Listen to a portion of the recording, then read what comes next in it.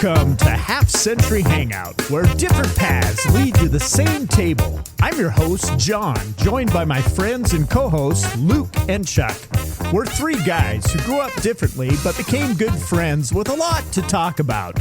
On this show, we bring our unique perspectives to the table and dive into everything from current events to life's big questions.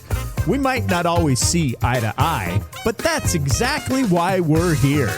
To listen, to learn, and change our minds sometimes. So grab a seat and join us for honest conversation, unexpected insights, and a few friendly arguments. This is Half Century Hangout, where different perspectives make for better discussions.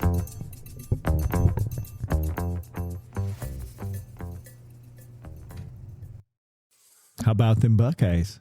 How about them Buckeyes? I'm just... No, I'm not a Buckeye fan. Full disclosure, my lights in the garage are red today for Chuck.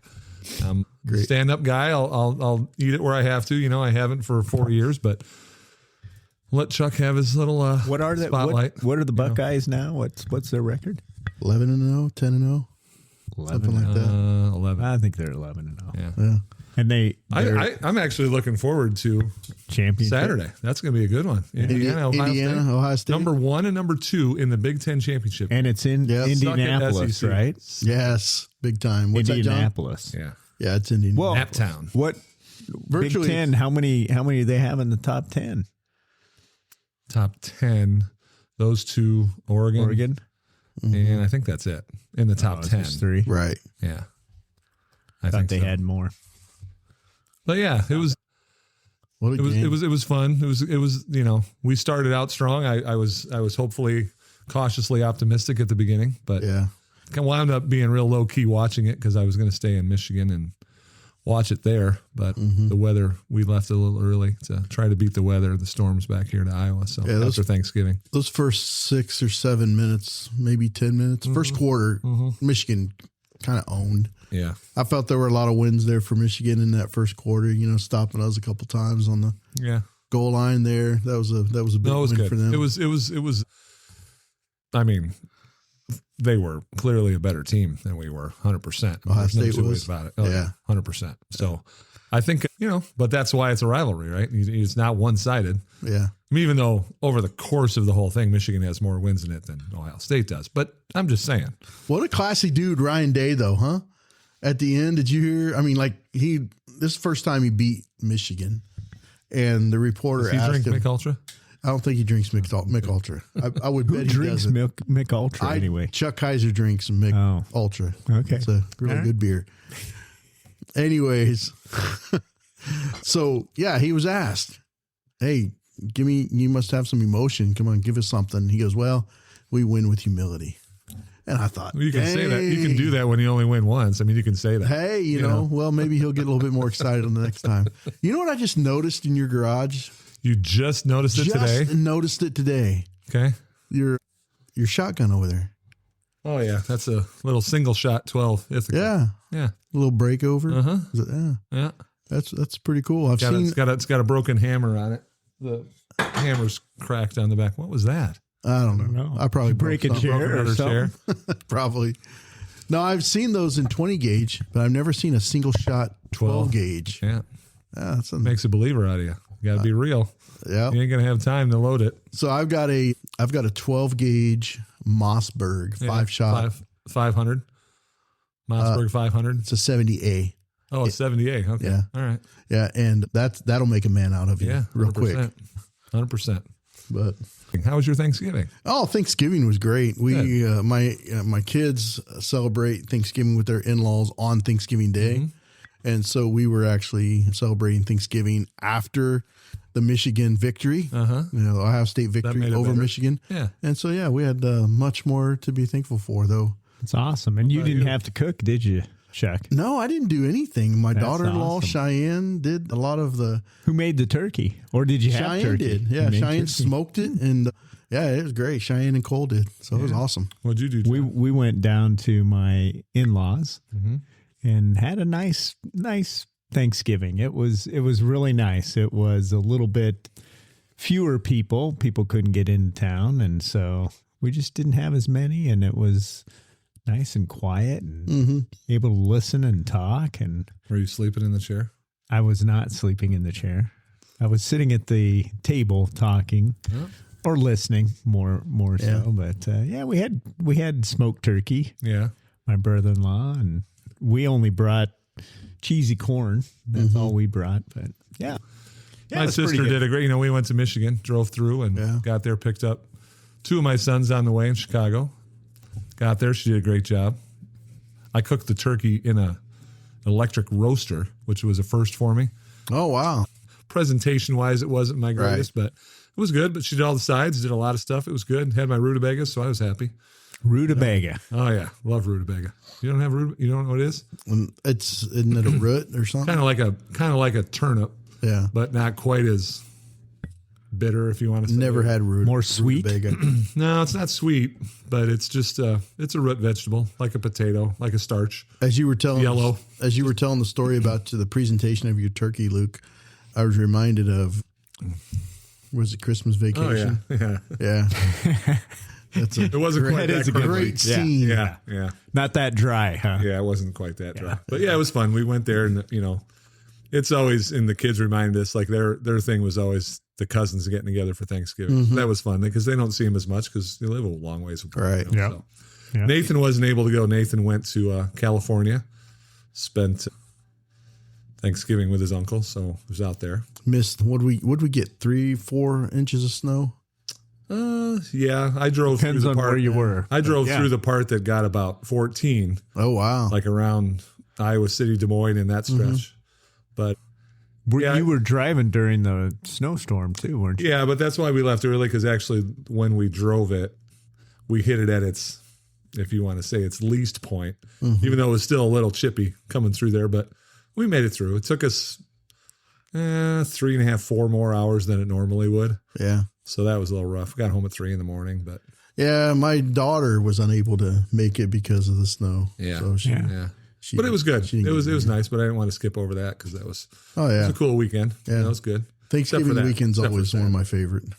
And the Bears won. Bears number 1 seed. I watched a lot of football. It's crazy. When's the last time that happened? It was fun to watch. It's been a while. How about the Bears and that tush push? Yeah, that was awesome. Stop it. I didn't see it. Oh, strip the ball. Fumble. That's what you got to do. Go around the outside because he's just holding it like a loaf of bread. Just go and strip it. Huh. They're still pushing, but they didn't get far enough, and they stripped it out of his hands. So they didn't try it again that game after that. They didn't do it again. Wow. They really didn't have the chance either. But so we were listening to that on the radio on the way back. So, which was cool because we came through Chicago, so I had my favorite Chicago sports radio stations on from back in the day. So that was cool. Back in the day. Well, yeah. So, you guys ever heard WLW? Say it again. WLW, 700 WLW out of Cincinnati. No. I'm pretty sure my dad would hit me with a shovel if I was listening to a radio station out of Ohio. In fact, I'm sure it would have. Now, we listened to CKLW. We listened to a lot of Canadian radio back in the day. Do you? We did. So, only reason I bring that up is you mentioned your favorite station in Chicago, and WLW is one of my favorite stations. Do you listen to it online now?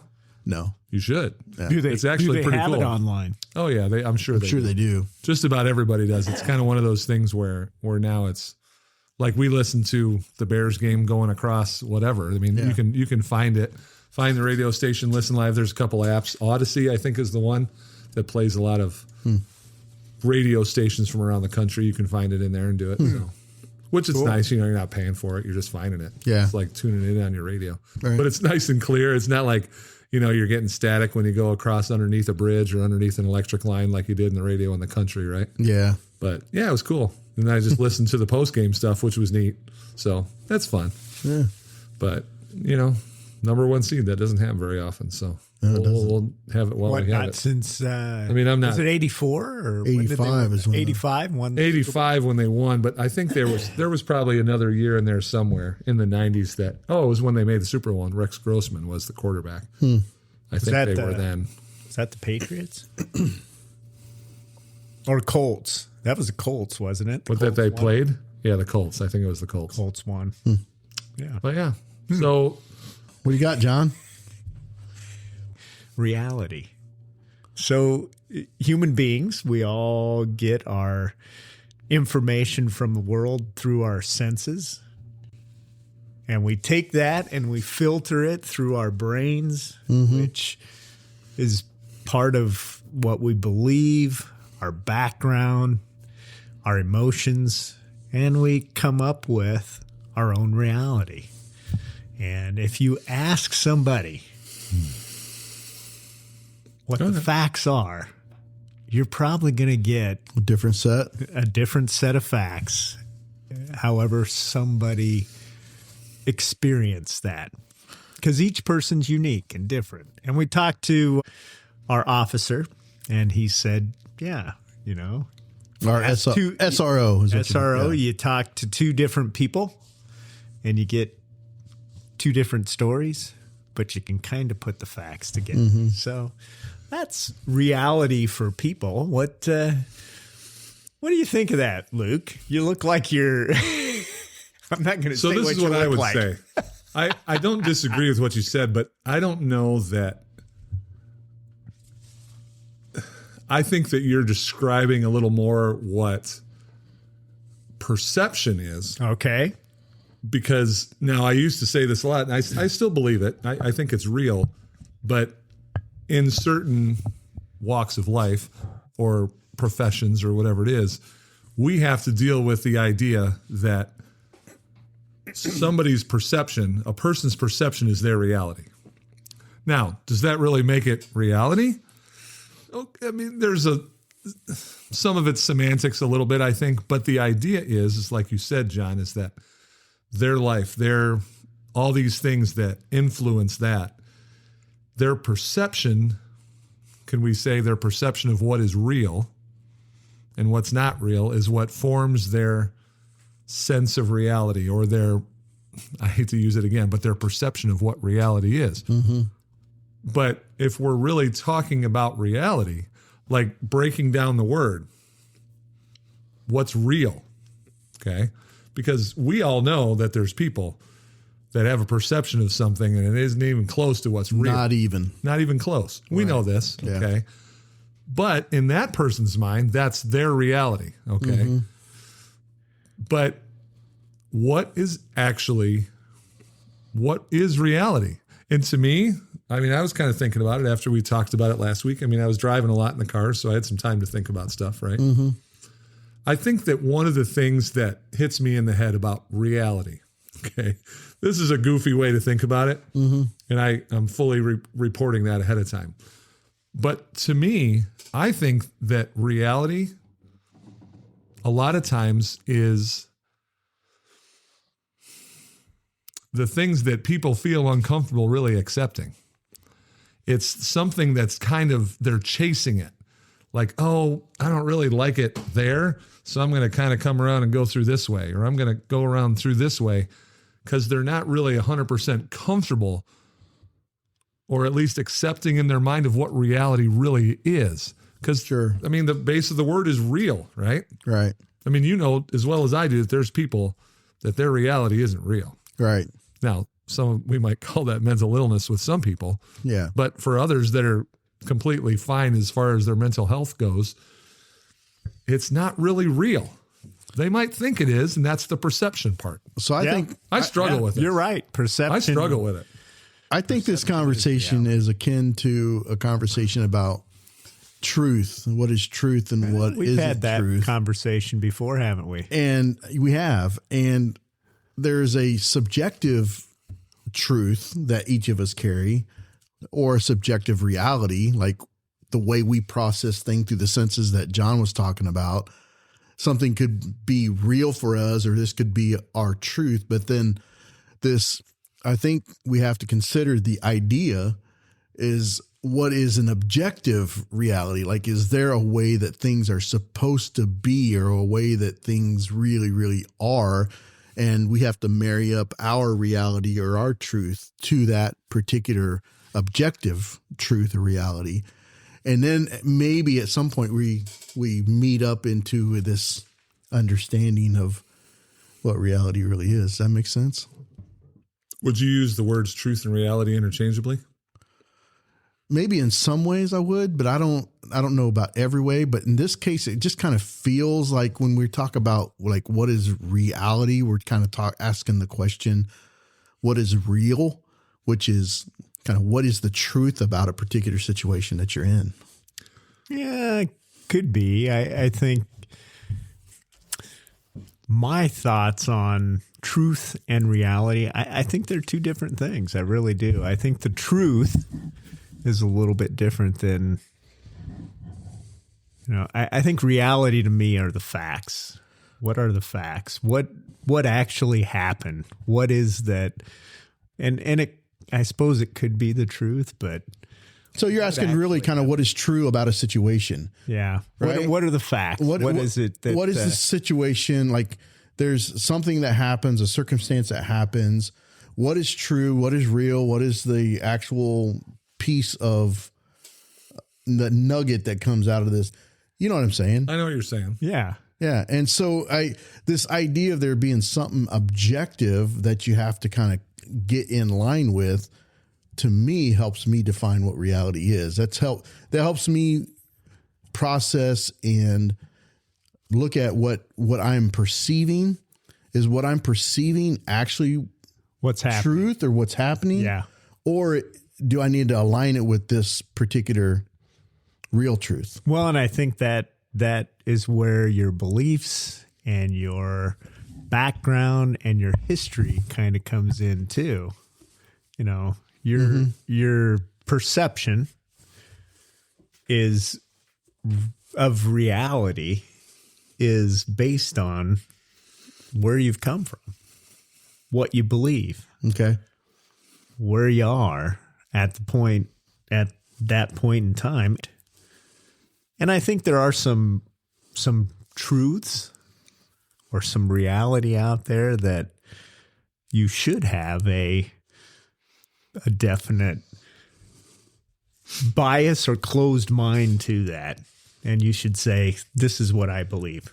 This is my truth. This is my reality. Luke is thinking here. What he is. I can see it. The smoke's coming at you. Because I think that, and I know I say this word a lot, and I don't mean to, but I think that as time has gone, language has been a bit of a barrier in our world because we look at words, we hear words, and over time, the meanings of those words have changed. Okay, they're slanted one way or the other, or maybe they're positive or negative.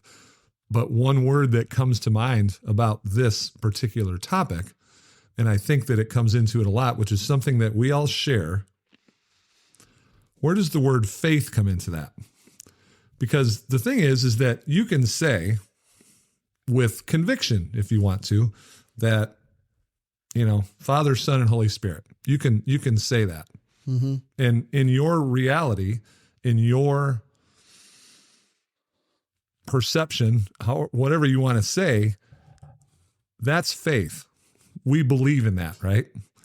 Is it factual? In our mind, we think it is, right? Mm-hmm. But you can't really, you can argue it with people, but it's hard to completely discount it for somebody that maybe doesn't believe in that completely. Like maybe they have the idea or they have some things about it.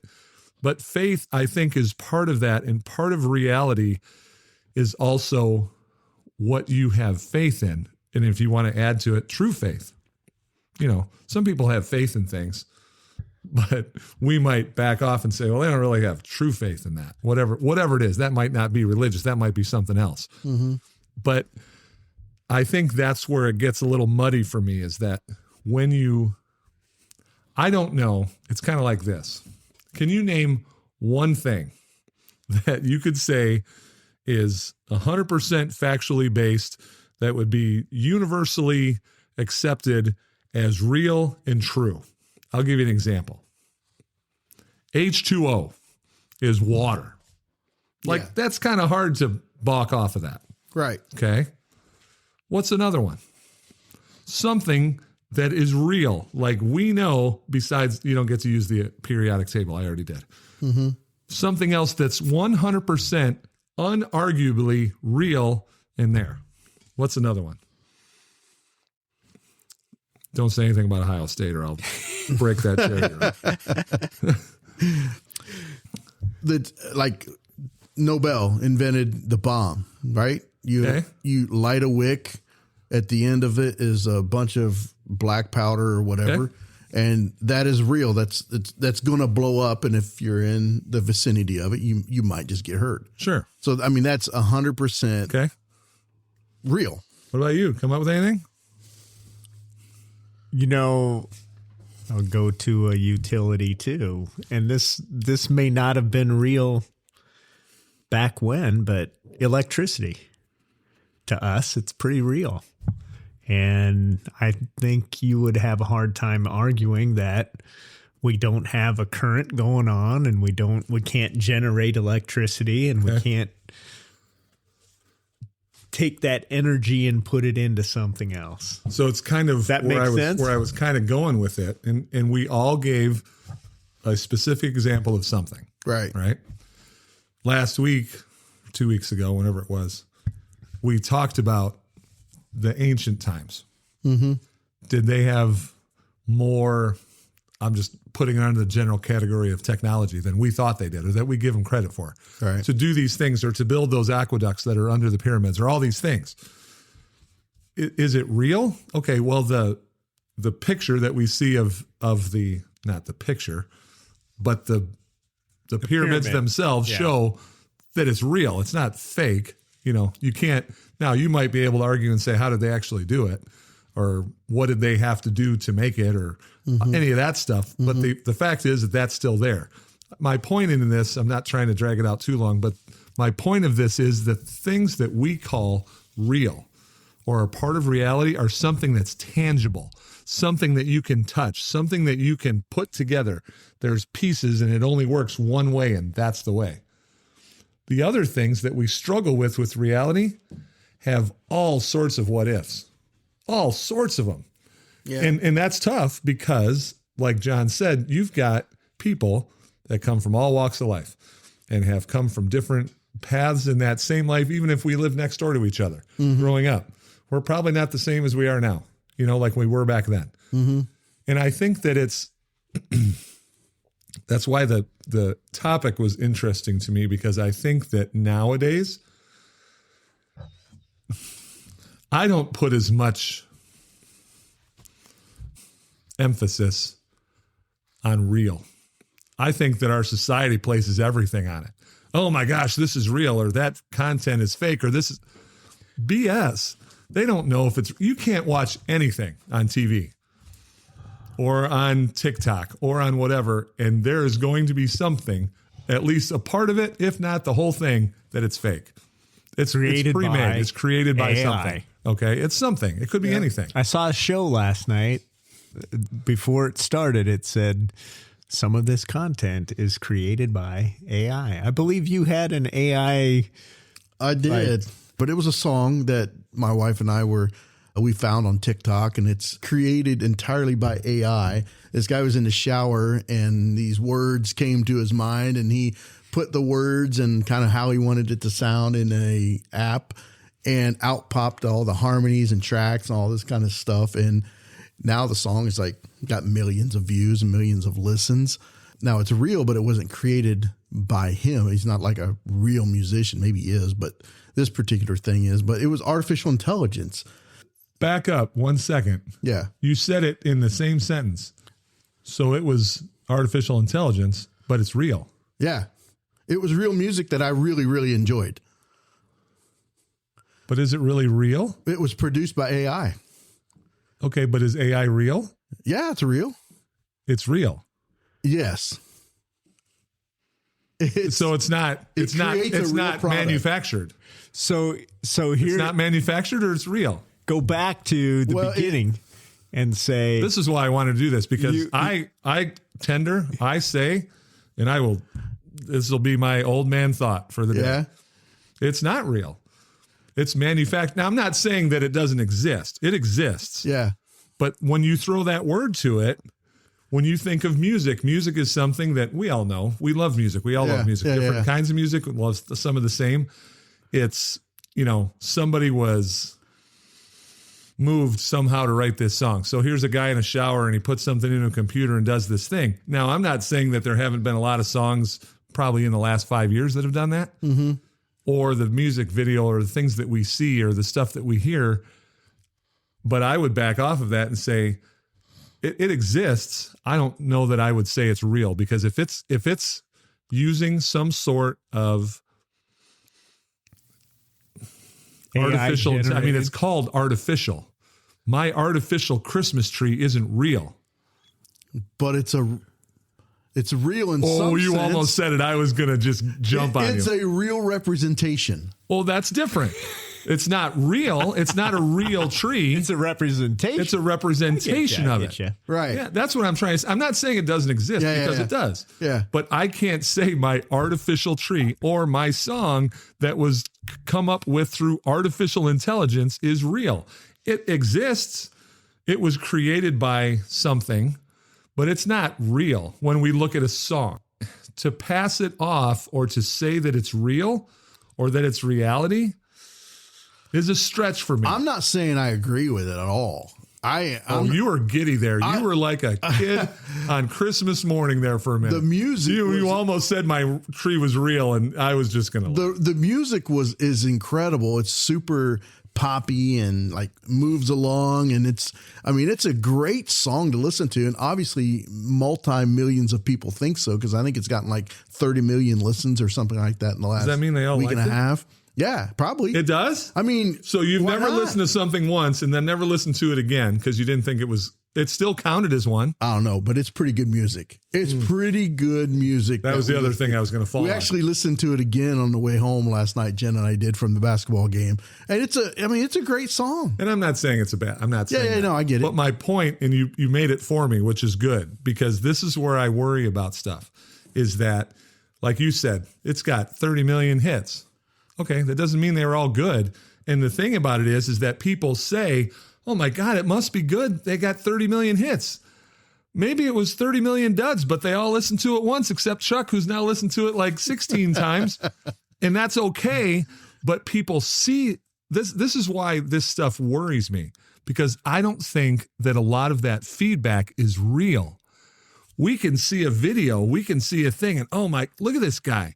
He has got to be the G because he's got, 60,000 views of his YouTube thing. Mm-hmm. That doesn't mean he's anything other than somebody said they saw it and they said, oh, I'm going to try that. Mm-hmm. It's kind of like Malort. So I think millions of people have tried Malort, and I'm guaranteeing there's only a handful that go, I'm going to drink this every day because this shit's the G. I think That's you're what I'm talking saying. about two different things. I think you're talking about what is real to our senses, our emotions, and how we perceive the world, which could be a song written by AI that you heard and you felt something from that song emotionally or whatever. And you're also talking about the algorithms that are maybe shaping our perception. That's not reality. Reality is having a friend you can sit across the table with and have a conversation with. So that's what I keep getting back to about, like, that's reality for us. But for some people, their reality is sit in front of a screen and associating with. I 100% agree. I don't 100% agree. I don't disagree with that either. But I think some people and I agree with you, but I think it goes right back to the beginning. Like we just drove around the circle. It's still to the point that, okay, it's that person's reality, but is that really reality? That's exactly that's the point. Is that so? Is there an objective reality that all realities must at least somehow come in alignment with in order to be a true reality? I think that technology, to some degree, it's certainly not technology's fault. I'm not to the point yet where I blame AI for everything because it hasn't been around long enough to, but at some point I'm going to, because I think that while there can be positives, and we know this from history, that things that have a very positive start can turn negative in a hurry. And they can be used by people who don't have the scruples to do it the right way. And they're going to use it against people for their own gain or for some sort of negative something. You know what I'm saying? We're seeing that already. Already, 100%. With AI, with social media, with all that. We're seeing that kind of thing. And how old is that? Maybe 15 years? Yeah. That's not very old. I like the conversation, and I think there are some definite truths.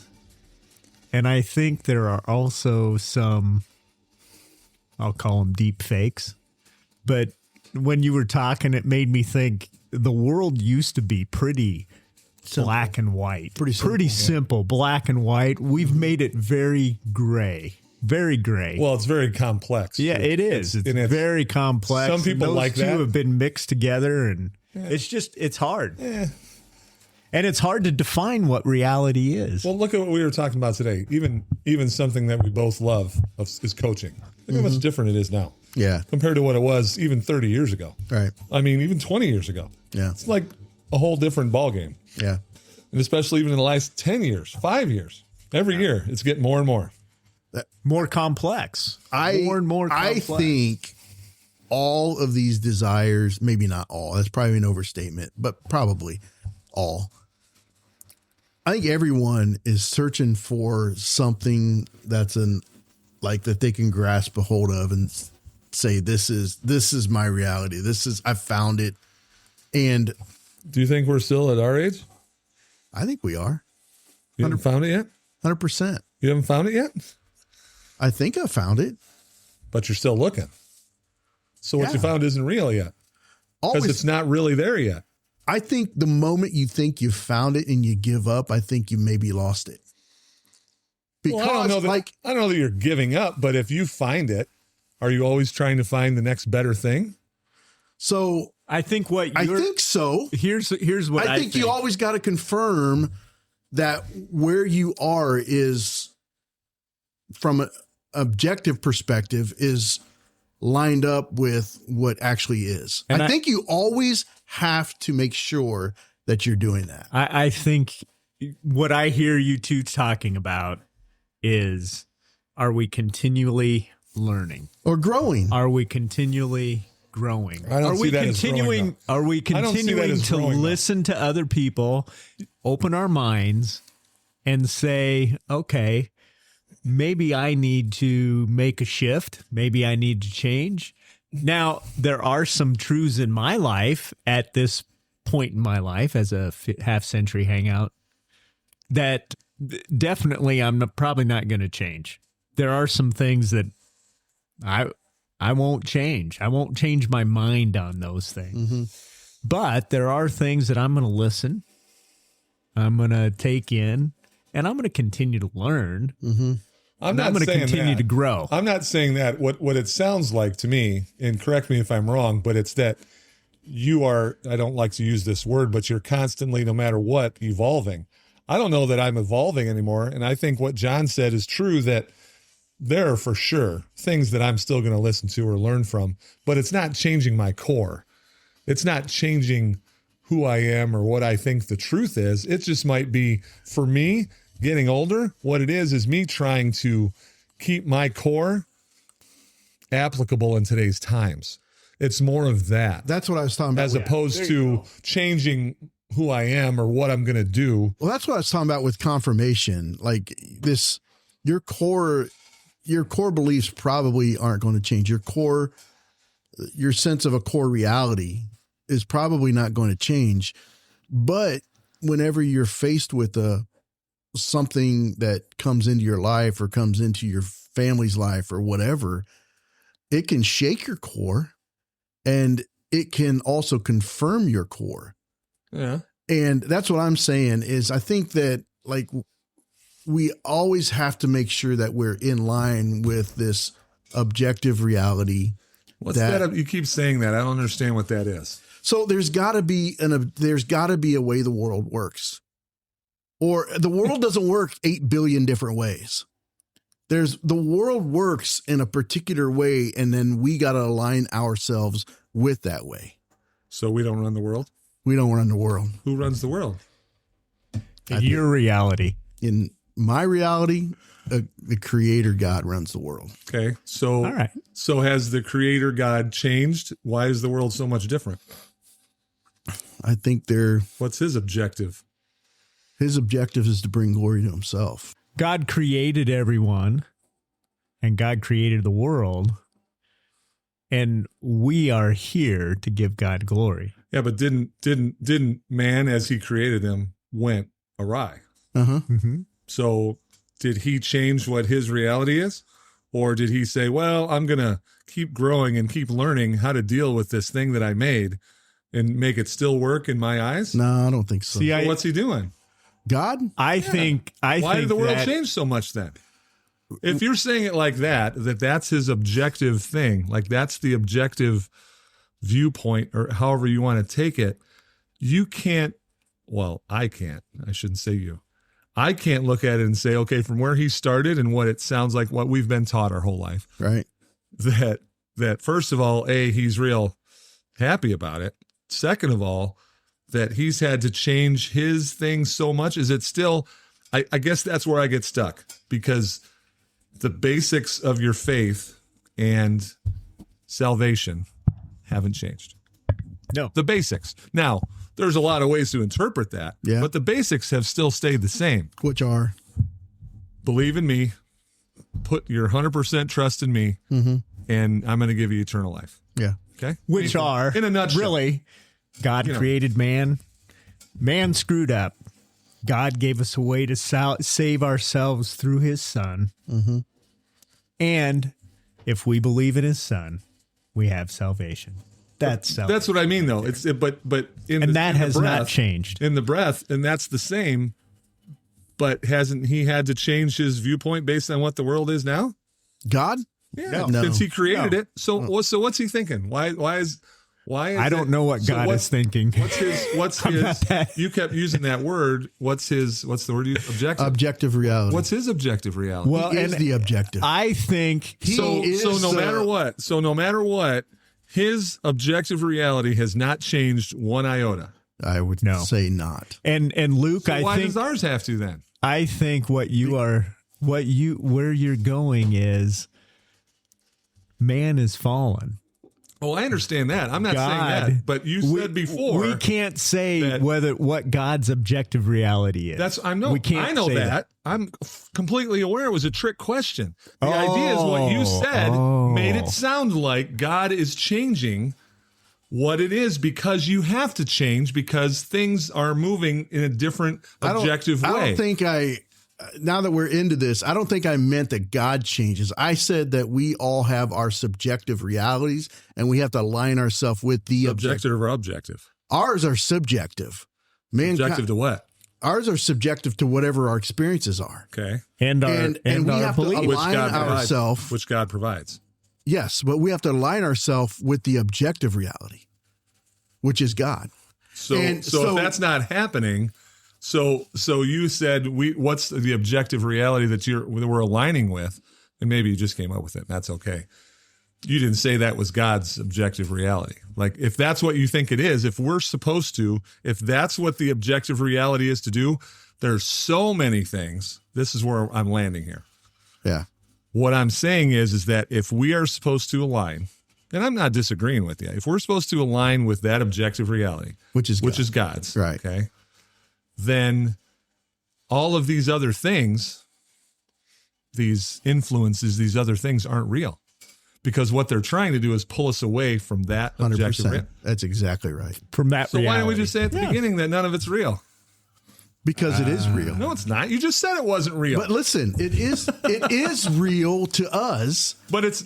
We've got to make that shift from this may be real to us to this is what's actually real.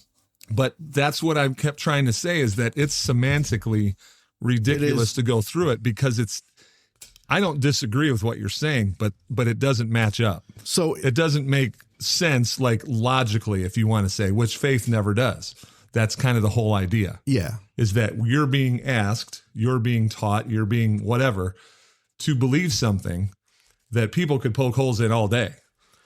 maybe learned people. They might be. I'm not saying they're right or wrong. I don't think they could poke holes into the idea and the ultimate objective reality that murder is wrong. You don't think there's people that could give an argument about if there was, I mean, if you're going to say murder, if I walked into my house and somebody was doing something awful in my house to the people I love and I killed that person? I would not define that as murder. Murder is the taking of innocent life. Okay, so I know what you're saying. I know that's my point, is that like we have these different competing realities in our minds, 8 billion of them, right? Mm-hmm. And at some point we've got to align ourselves. We're on a journey that hopefully aligns ourselves with the greatest objective reality, which is God. Which is also faith. Which is what we believe in. Faith is the evidence of things hoped for, or the substance of things hoped for and the evidence of things not seen. But again, it's not difficult for us, the people who believe it. Right. But in a real sense, it's very difficult to either quantify it or completely back it up as 100% like H2O or like electricity or like whatever. I don't know what you said. What did you say? Was your like Nobel with the bomb. Yeah. So it's very difficult, and I think that's where it's. I think that's why when people say like I laugh when they first came out, 20 years ago, when they called them reality shows. Okay. Mm-hmm. I think it's funny because not that I really watched a whole lot of them, but the point is that it was, when I thought of it in the first one that I watched, I'm like, okay, this reality that they're pushing here in this show. Okay. Yeah. It's closer to what reality might be on a day-to-day basis rather than a scripted script of a rom-com, right? Or something like that. But it's certainly not everybody's reality. And it's still scripted. Well, it is. But the idea is that it's supposed to mimic real life. Right. As opposed to a rom-com or something that really is ridiculous. Right. Which John is wearing rom-com socks today, just so we're clear.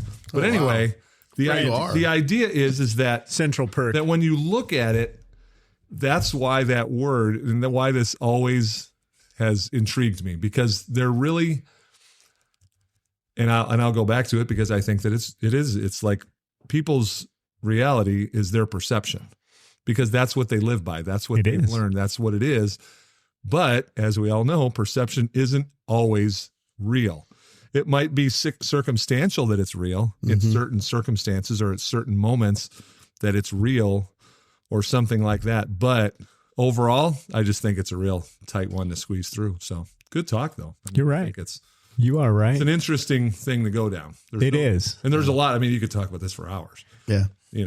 But you got a final comment, I can tell. Yeah. I'm just this understanding of reality and truth. I think human beings have, since the fall, tried to find a reality in something other than God. Mm-hmm. Yeah. Because our hearts are prone to wonder and rebel. And so as the world continues to grow and get older, I think people find new ways to find different realities that work for them, which in the end, they find that those aren't really fulfilling. Mm-hmm. And I have since, maybe 40 years now? Yeah, almost 40 years, found a reality for me that makes sense. Now, I always have to, like we were talking about earlier, I always have to pull myself back to that reality, or oftentimes I'm drawn back to that reality because things shake you or mess with you or whatever, and you got to question where you are and then question it to this objective reality that you're used to, right? Or that you've known. And so I think reality has to be tied to something outside of us. I think that's just... Oh, yeah. I mean, you're not going to form it just on your innards. No. This is going to be... Yeah. It's going to be somehow driven by outside factors, whether they're great factors or whether they're small factors. It's going to be driven by something else, not just what's inside. Yeah. because we're not built that way. All right. But I agree. All right, guys. That was good. That was a good conversation. Thank you for one of the first for the conversation. Really heart conversations that we've had. You pushed back quite a bit on that, Luke. That was fun. Well, Luke was pushing. I think it's just something that sometimes it's to my detriment, but I'm a thinking man. Like I think whenever you ask me, what are you thinking? Well, usually when you ask me that, I'm not thinking. And that's kind of my moment to breathe. Because sometimes I just think and overanalyze stuff way too much. But I think it's always been, it's kind of like, and we've talked about this, I'll sit up in a tree stand. I couldn't see a deer for 100 years, but I do a lot of thinking. I do a lot of things about what's surrounding me, what I'm taking in, sensory wise, like you said, John. I mean, a lot of things that go into that, but it makes you think about stuff. Makes you think about, all sorts of things. Yeah. But, it's good. Yeah. Well, guys, good conversation. Enjoy the weekend. Super fun. Thanks. Do some things. Be good. Yep. Peace out. Later.